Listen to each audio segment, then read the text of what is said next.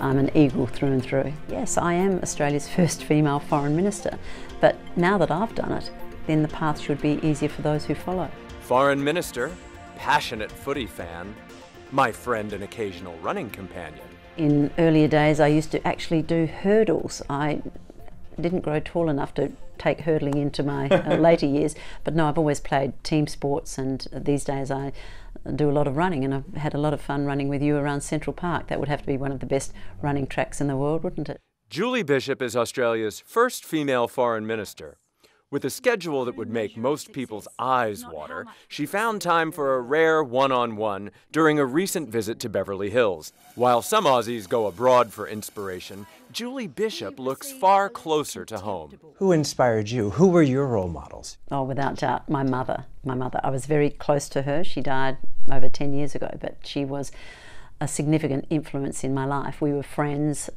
We got on so well. She made me laugh, she made me cry, she was hilarious. But she also had a great belief in me and my two older sisters. I have a younger brother, but he was always the special one, of course. They loved my younger brother. Julie Bishop has been in Australian politics for nearly 20 years. But just over 3 years ago, she found herself standing on the world stage. There I am, sitting in the UN Security Council, telling the US Secretary of State and the Foreign Secretary of the United Kingdom, please sit down, I want to get on with business here, and pinching myself thinking, I can't believe I'm actually here. She's Australia's representative when it comes to international affairs and global events. But I certainly do extend our condolences to the British people, the British government, for yet another horrific attack. In the male-dominated world of international politics, she just stares discrimination down. You know, Nelson, I've never acknowledged it because I don't ever want to portray myself as someone who sees their gender as holding them back. So I've always turned it around and said there are so many opportunities for bright, talented people, whether they're male or female, and if you work hard, you'll have great successes in life.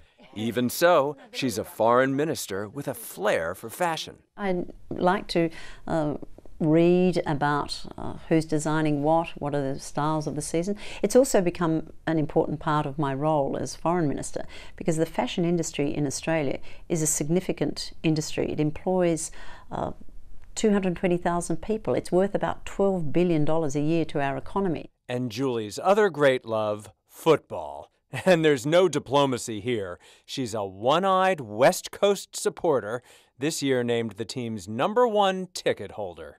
I was on the board of the West Coast Eagles for about 5 years, and I've been on a lot of public and private boards, but being on the board of an elite sports team was absolutely fascinating.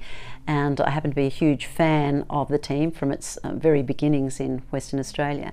And we've won some grand finals, and we're a fabulous team, and it really has captured the imagination and the heart and the passion of many Western Australians. With a long list of achievements already under her belt, there's still one skill Julie Bishop hopes to master. From my own personal wish list, I want to learn to juggle. As in? Yeah. There's a fellow that runs around Central Park juggling while he runs. Exactly. Have you seen him before? Yes, that's what inspired me. I think it's called joggling. So oh, you yes. juggle while yes, you jog.